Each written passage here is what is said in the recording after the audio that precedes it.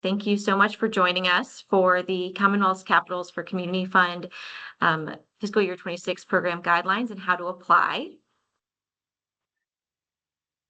I know some of you met with us a few weeks ago to go over this, so thank you for joining us again if you're here for a second time.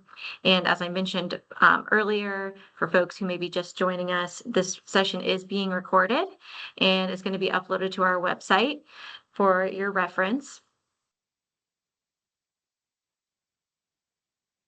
All right, let's get started. The Commonwealth's Capital for Communities Fund, or the Virginia CDFI Fund, for those of you familiar, is housed within the Department of Housing and Community Development, which is committed to creating safe, affordable, and prosperous communities to live, work, and do business in here in Virginia.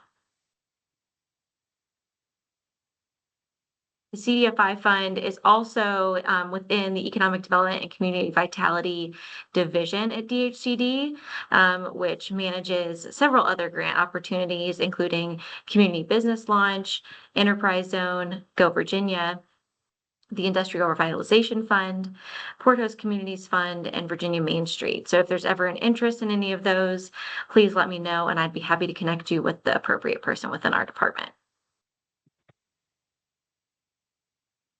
All right, so the establishment of the Commonwealth's Capital for Communities Fund.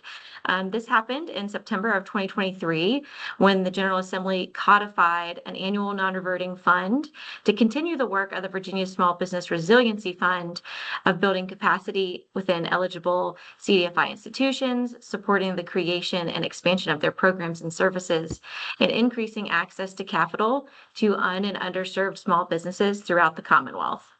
The funding was intended to provide financing in the support of small businesses, housing development and rehabilitation projects, and community revitalization real estate projects throughout the Commonwealth. For the fiscal year 2026, the General Assembly appropriated $2.5 million for grant funding. So that is what will be available in this grant cycle. There have been some legislative changes between the last funding year and this year.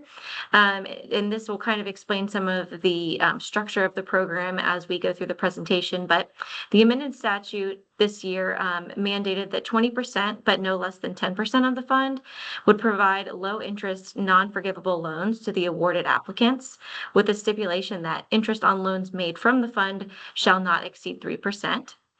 Furthermore, the legislation directs the Virginia Department of Housing and Community Development to require qualifying institutions receiving loans from the fund to finance eligible program projects through those loans.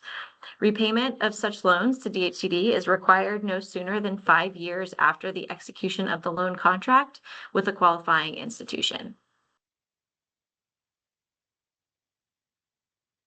Our goals for this year include expanding access to capital for underbanked businesses and communities, financing small businesses, housing development and rehabilitation projects, and community revitalization projects. We also hope to expand financial services and technical assistance to the borrowers.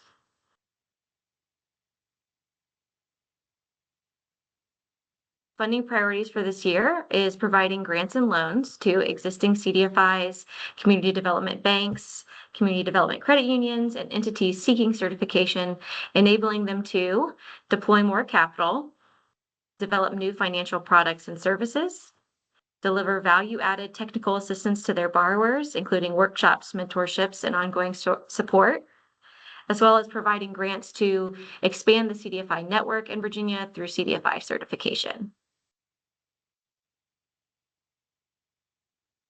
Eligible applicants for the Virginia CDFI Fund include a certified CDFI by the U.S. Department of Treasury, a community development bank, or a community development credit union legally qualified to do business within the Commonwealth, subject to federal, state, and insurance regulatory agencies, and eligible for certification.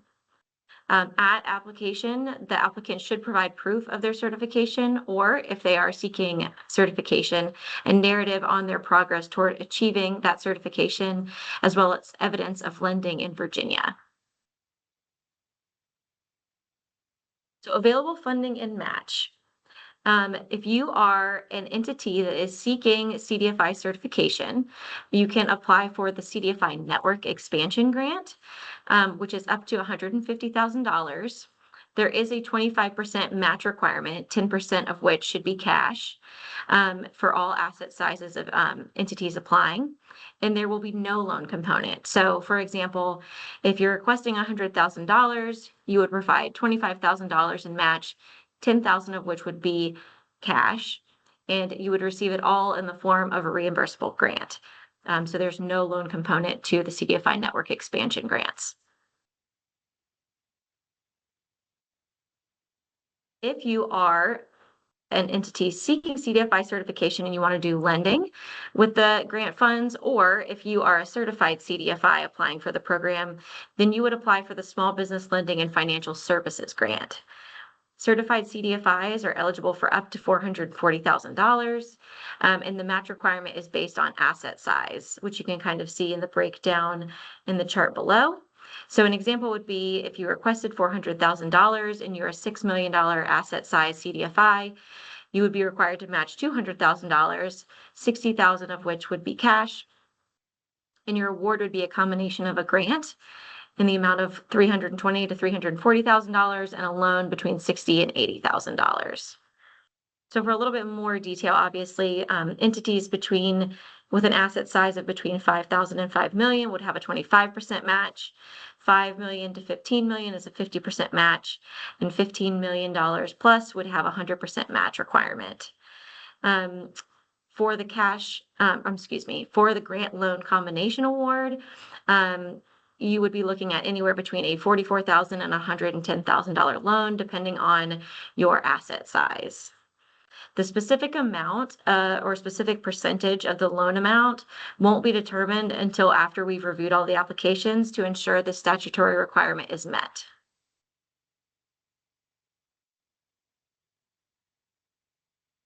What qualifies as match? So obviously there is a requirement for cash and in-kind. In-kind is any non-cash contributions of goods or services that support the project and have a verifiable dollar value. That can be services provided to the project by a consultant or technical assistance. That can be volunteer time contributed solely to the implementation of the project. We use the independent volunteer sector rate, which is $34.79 an hour. A cash match would be all other contributions in the form of additional grants, money from the applicant entity or sponsors. So that could be grants contributing to the same project from other grantors like SBA, the CDFI's financial assistance grants, and SSBCI. They could also be salary for personnel working on the project. So if they're working specifically on the project, you can use what they're being paid by your CDFI as a cash match. All match must be verifiable, and if selected for funding, the applicant will be required to provide proof of match before contract signing.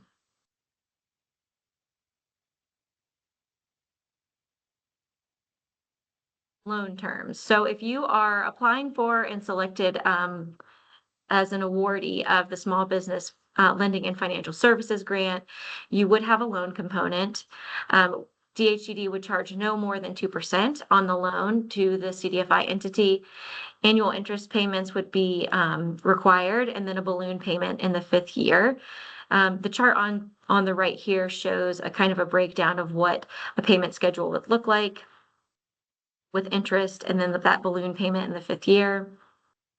And then loan payments by the grantee back to us would be reserved for future grant cycles.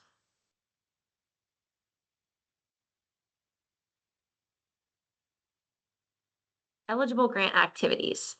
So if you are an entity seeking CDFI certification and applying for the CDFI Network Expansion Grant, funds can be used for contract services, so certification readiness consulting, market research, grant administration and reporting, like financial technology software, website services to streamline or increase lending capabilities, and personnel, such as staffing to support lending or the certification process. Personnel should be no more than 20% of the ask from DHCD. And again, if an entity is seeking CDFI certification, would like to apply for funding to assist with consulting work and access funds for lending, they would need to submit 2 applications, one for the CDFI network expansion application for the consulting work, and a second one for the small business lending and financial services application for any financial products that you'd like to offer with grant funds.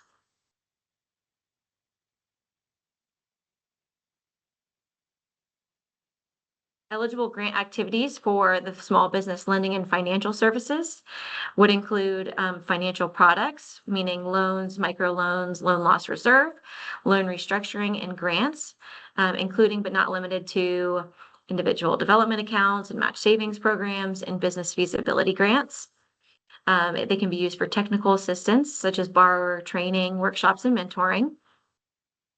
Marketing to target your customers, and then grant administration and reporting, such as staff, financial technology, and administrative support. CDFIs applying for the Small Business Lending and Financial Services Grant may only submit 1 application. So if you have 2 different project ideas, you'll need to prioritize one and submit 1 application. So there are some category restrictions for the eligible activities. No less than 50% of the total award for existing CDFIs must be used to provide financial products and services, and up to 15% of that can be used for loan loss reserves. No more than 20% of the total award should be used for program-related personnel costs, and no more than 10% of the total award may be used for indirect costs. And we define indirect costs as non-program related expenses or facilities and administrative costs. Think of that as overhead costs for the grant program. On the right, you'll see an example of a budget for a 15 million plus asset size CDFI seeking $440,000, the total award amount. Within each of those spending categories within the correct percentages.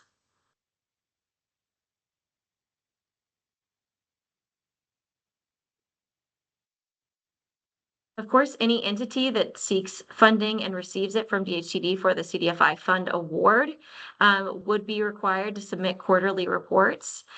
In those quarterly reports, we would be asking for a narrative on the work that's been completed to date, in addition to some of these quantitative metrics, including any CDFIs that are newly certified, or excuse me, any entities seeking certification that have been newly certified, the total number of businesses served, meaning they received technical assistance from that CDFI or bank, the total number of new businesses created, total number of borrowers, total number of CCCF supported loans, so loans made from this grant program, the total value of supported loans from this grant program, the total number of new jobs created and retained by businesses served and job type.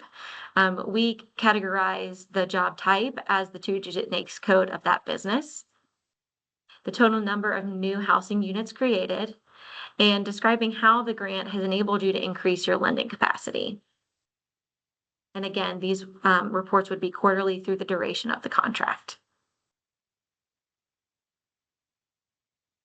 Scoring criteria. So when we go to evaluate applications submitted, we look at these 4 categories, including project approach or the scope of the project, the efficient use of resources, so how that budget works to complete your project, organizational capacity, or your CDFI or organization's ability to complete the activities within the timeline, and alignment with program and funding priorities or outcomes and impact. So are we getting the biggest impact for the dollars that are being invested in your project?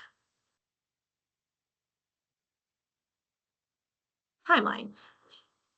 Projects are going to be open for application November 5th, and they will close January 7th. So you have a little bit, about 2 months to submit your application.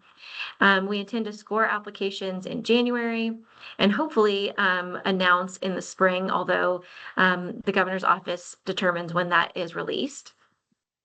And then ultimately, we hope to have awardees under contract by the summer of 2026. Most of you, I feel like, are probably already registered with NCAMS. If you're not, I would go ahead and recommend that you do that. It can take 1 to 2 weeks for your registration to be processed. So we want to make sure that you are registered in CAMS in time to submit your application. Projects that are submitted for CDFI network expansion would have 12 months from the date of contract to complete their projects. And those submitting small business lending and financial services applications would have 20 months from the date of contract to complete your project.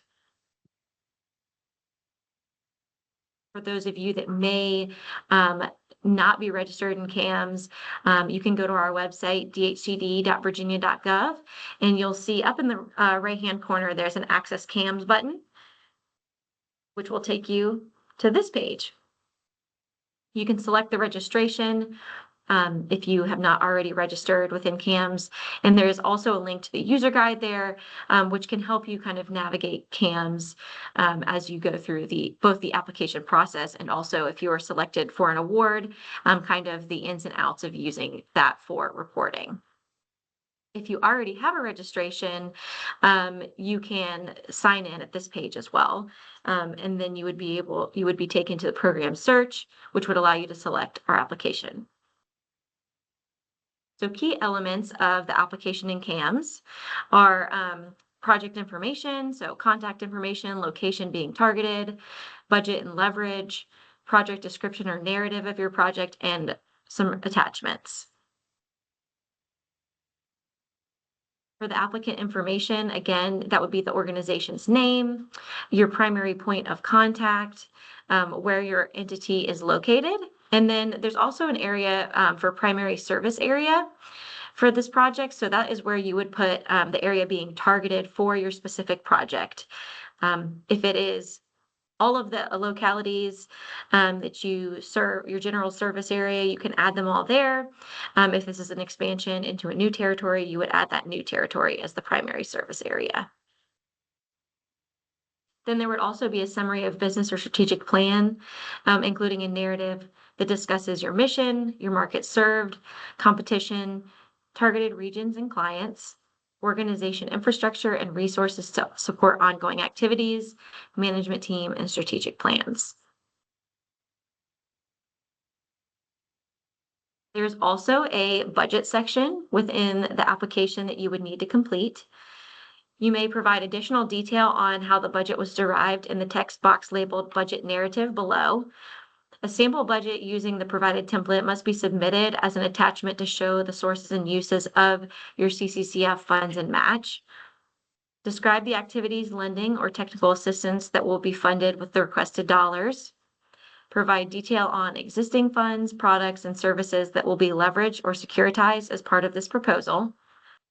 Describe how project income from the loans made with CCCF monies would be used. And if applicable, provide a plan to keep that funding for continuous implementation after those funds are exhausted. So you'll see below kind of a sample budget from CAMS that shows the breakdown of different categories. This is an example from last year, so the percentages might not be exactly as those required for this year, but it's just a general example of what this might look like.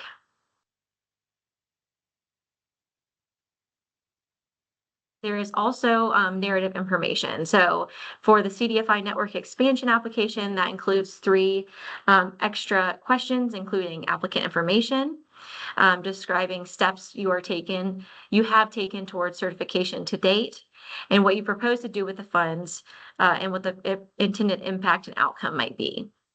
For small business lending and financial services, that there's 5 additional questions, including applicant information, the proposed project scope, description of how funds and match will be utilized, what the intended impact and outcomes for your project would be, and what sustainability of that program long-term might look like.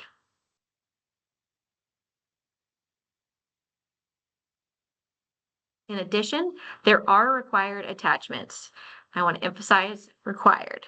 So for the CDFI network expansion, you'll submit a project snapshot, which is that left image on the screen.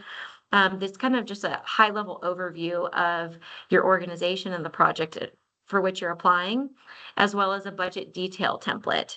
The budget detail template is another attachment that we have a template for that shows us not only how money is going to be spent by category, it also provides us additional information on how your match is going to be funded. So there are several different columns where you can say where the source of the funds are coming from and how those will be spent down by category. For the small business lending and financial services applications, you will also be required to submit the project snapshot and budget detail template. You will also be required to upload an outcomes template, which is right below there. That kind of outlines what you anticipate for your number of borrowers, the number of hours of technical assistance and loans, value of loans, types of jobs and businesses that you might have impact from your project. And then, of course, proof of federal CDFI certification. Oh, wow. Tips for CAMS is to assemble all of your materials and attachments before you begin the application. The system does time out, and your work won't be saved if you don't save it from tab to tab. It is recommended that you use Google Chrome and make sure you are saving as you go. We do communicate primarily via email, so please use an email address that is active and regularly monitored so that you can be updated on the status of your application. And be sure your organization's contacts and CAMs are up to date. I know a lot of times, sometimes you have leadership who leave or someone has been promoted and that information is not up to date. There are ways to update that, especially if you don't have the login information of the person who is no longer with your organization. So if you need help with that, please reach out to us, and hopefully we can help you. And then I'm going to open it up for questions. I have not been looking at the chat, but I will pop in there now to see if there's anything. I don't see any questions. Are there any questions from the group now that you want to either unmute and ask, or you can also drop it in the chat? Roberta, go ahead. Thank you so much, and good morning. Good morning. My question is probably one that's asked all the time, is that will we get a copy of this particular PowerPoint? Yes, because this is recorded, it will be saved to the website, and I will also save the presentation in a PDF format that can be shared with the attendees today. All right, excellent, thank you. Mm-hmm.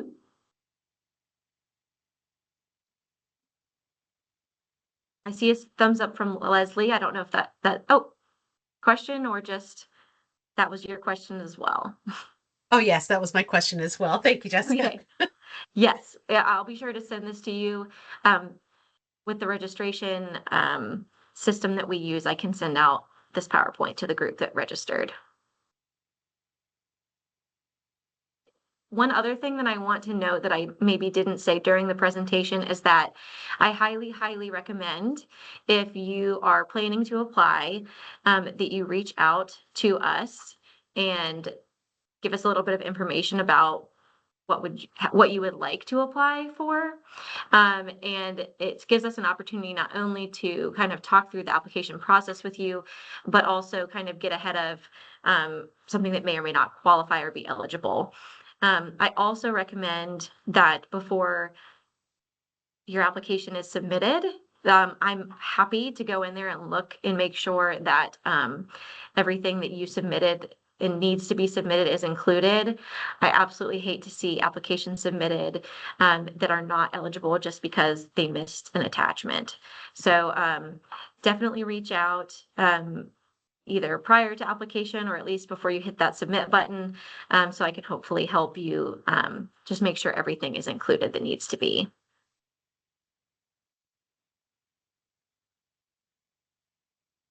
Any other questions?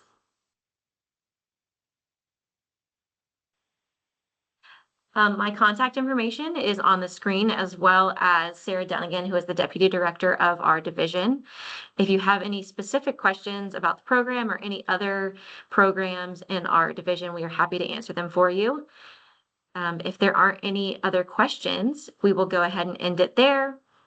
And feel free to reach out anytime if you need any assistance. We really appreciate you joining us today and look forward to seeing the applications come in. Thank you. Thank you.